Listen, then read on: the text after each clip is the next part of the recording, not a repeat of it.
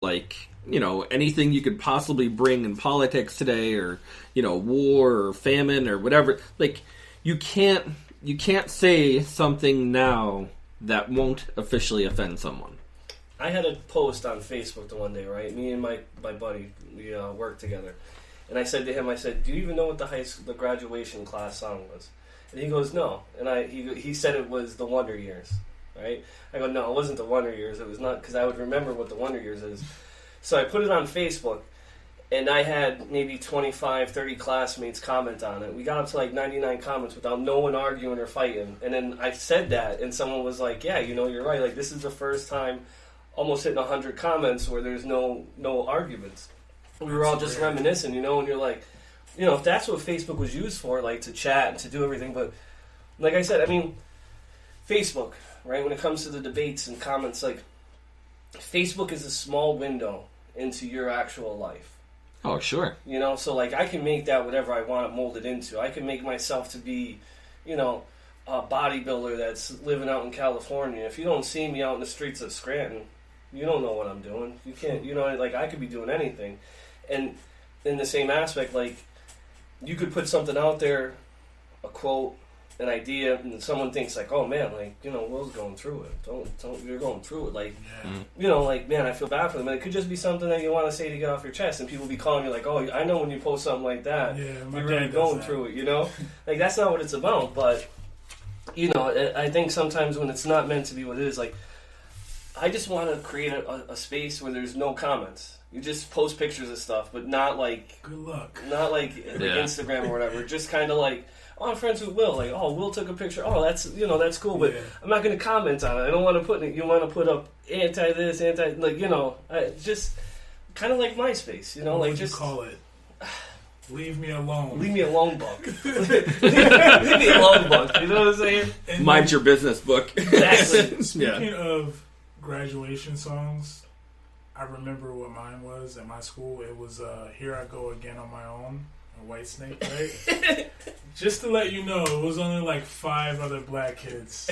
So you get, and they're all rocking it out. And the 5 of us are just staring at each other like, what is this? Will's got like the power pick in his front. I had the glove. Dude, I actually had a fro in high school, just like I had the pick with the fist in it. Because this was around the time where Cash Money Records was taking over for the 9-9 in 2000, and I wanted to be just like Manny Fresh with the afro, and you know what I mean? So I was all about it, bro.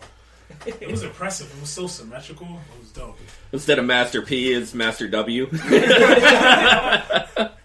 Well, we actually found out what the song was, right? And unfortunately, there's no YouTube video to it, right?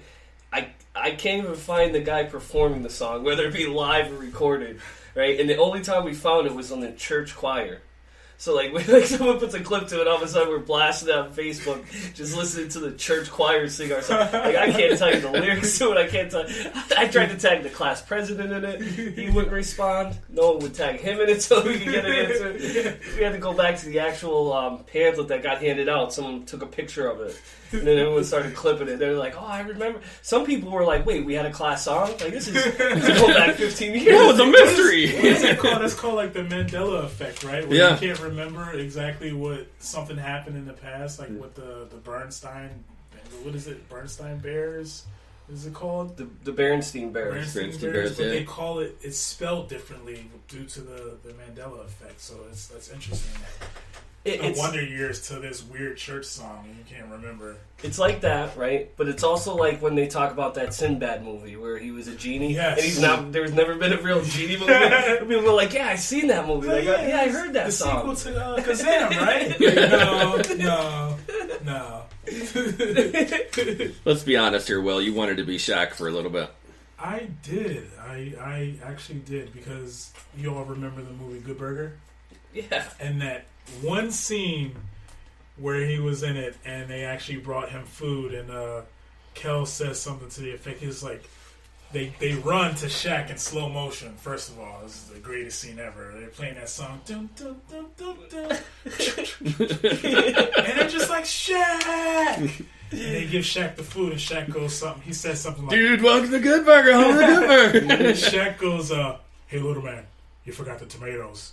And then Kel goes, he slaps the tomato on the burger. He goes, "Consider yourself tomatoed." And Shaq goes, "You're not like other people, are you?" So yeah, I wanted to be like Shaq, man. You know, at 15, I had a size 17 shoe, so you know what I mean. It's all gravy. I wanted to end up like Shaq when I was younger too. I wanted to be like Shaq too. He had that movie where he was Steel. Yeah, awful. Steal. Yeah. Awful movie. I wish I could steal that back. I steal back my time. And he created Shaq Fu. Why did Shaq was that That's dude? true. Shaq was.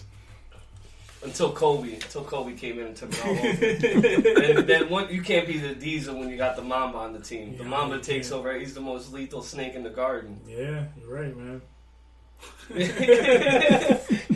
That's why, and I feel Kobe got a bad rap too. Because first off, right, when Kobe got hit with all those charges, you know, any girl in that club would have taken Kobe home that night. He didn't have to pay. Oh, you said no? Okay, give me your friend next to you.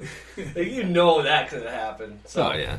you know, I think sometimes that's a scam, man. They tried to ruin the Mamba. But anyway, on to another topic. Ruining the Mamba. Speaking of basketball, with the finals, what the hell is going on with Drake at the courtside? First off, right, Drake has the all-time best roast when he put on his dad's jersey. Yeah, The throwback Raptors jersey. That was nice. yeah. But Drake's just that dude. Drake's just that dude that could get away with it. There's not many people that could be on that court side. But see, I like Drake as much as the next man, not because I'm light-skinned, and we share a bond because we're both light-skinned black men, and we're both sensitive as hell. You're black? Shut up.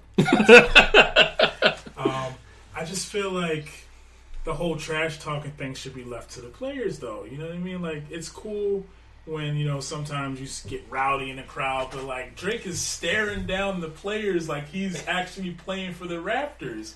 So it's you need to sit the hell down, bro. Come on, let the players play. You got your people like Leonardo DiCaprio and Spike Lee. What's his name? Jack. Yeah. Just They're sitting on the sidelines, hanging out. They're hanging chilling. out. Drake is actually, when he stands up and he's clapping, he's standing on the court. In the middle, he's in the huddle with the guys, working with plays. He's telling Kawhi, yo, man, you're supposed to go to the left, but then you went this way. It's no, sit your ass down, man. You're not on the roster. Come on, bro. I think every team should have one of those, though. I think, Golden State right now should be able to pull out the Flavor Flav card. Flavor Flav should be next to Drake spinning the clock when Steph hits a three. Just spinning a clock like a gold rim. You know what I'm saying? I think every team should He have needs a something spinny like that. clock, yeah. Have you ever been down to Philadelphia? Have you ever seen the Sixers game? Yeah. Is there not always a Rocky Balboa in the stands? Oh, yeah. Should he not be sitting next to Drake if that's the case? Should Rocky not be sitting next to Drake? In my opinion. I mean, that would make for good TV. I mean, it does make for good TV. It's just so weird seeing, this guy that always sings in all his songs being aggressive on the court. It's just weird to me. I don't know. But, wouldn't it be interesting to see the Raptors and the Sixers and have Drake and Meek Mill sit next to each other? Wouldn't that be because do you think Drake would just kind of settle down a little bit? Do you think Meek Mill could intimidate him? No, or is Meek afraid to catch a case? I mean, I feel since Meek Mill and Drake are on good terms, I think they would both be standing up, cheering and being just as belligerent as ever. Do you think that they're on good terms, or do you think they're afraid to be Tupac and Biggie? Do you think that should happen one time in rap, and they're listen, we can't take it to that level? Yeah, are they afraid to have too much beef You know? that it spills out into what's his name, Extension, whatever. Yeah. Extension. Tentacion? Yeah, whatever the heck his name is. Tekashi, Tech 9. I saw something the other day where someone said that Tekashi became the biggest rat in New York since Master Splinter, and I almost lost it. There's some good stuff out of the internet, man. No, I mean, I feel like Drake, that whole beef was legitimate because Drake was obviously had ghostwriters for a few songs for reference tracks, and Meek Mill being the screaming into the mic artist that he is, took offense to it, and it just kind of took like way left. And the fact that Drake lyrically destroyed Meek Mill is still baffling to me. That's one of the most interesting rap beefs of all time, is the fact that Drake won up Meek Mill, and I still can't wrap my head around it. But I mean, it's in the history books, so I mean, they kissed and made up, so that's all that matters. Yeah, well, like, I don't. Maybe it's just me, man, but like, today's rap doesn't equal out to what old rap used to be. Like there was like a certain writing style. Like there was a certain, like, Tupac and Biggie were entertainers and poets. These guys now, like you got mumble rap. Exactly. Like, what is mumble rap? What is this kind of like the furthest I go in hip hop is like down to the deep south with Ludacris. Like, once I can't understand Luda anymore, I quickly take a right, and I'm now a country singer. Even a right turn at DMX, and you're like, what you gonna do? And you're like, wow, what just happened? Like, these guys lost me, and now I'm following these guys. You're like a hip hop purist. This is what it sounds like. You're like one of those like, I like my hip hop when it was hip hop. You like those guys that were like my rap when it was rap. You know, I'm walking down the street and I see a nickel. You're like those type of dudes. Like, I had the hip hop and hip and hip is like, no, like it's all about progression. Like, yes, there's a lot of garbage artists that are out using auto-tune and they're rapping about drugs and, you know, basically screaming into a mic. There's good ones and there's bad ones. Just like in the era of hip hop before, there were good rappers and there were trash ones. It's no different from any time period. But I feel like back in those days, the hip hop trash kind of got left in the garbage can. Like, now they're still up there. No. Oh yeah, it got sorted out really well. Yes and no, because there were a lot of trash artists that actually did do well in the industry, but it's more prevalent today because people want to see those trash artists succeed because it's funny. That's the difference. So you're talking like the guy that won American Idol, or the guy that what's his name? She bang, yes, she bang. That was the start of a whole new era in TV and entertainment because it's funny. Like when we were talking earlier, like it's funny to see people suck so badly at something, and we want more of that. So like you got your little Uzi Verts, and you got, you know, your little this, little that, and it's entertaining. You got Lil Yachty, who he calls himself Little Boat. He's the worst rapper I've ever, my entire life. The worst, one of the worst. I'd rather listen to Lil Uzi Vert or the Migos all day than to listen to That's how he sounds. He's like the male version of Cher. It's like if you listen to Do You Believe in Love, sped up just a little bit faster. But the Elephant Man version. Yes, just a little bit faster over like a hip hop beat. That is Lil Yachty. That is Lil Boat in a nutshell. See, like, I kind of like get lost right after DMX goes on his third crack binge.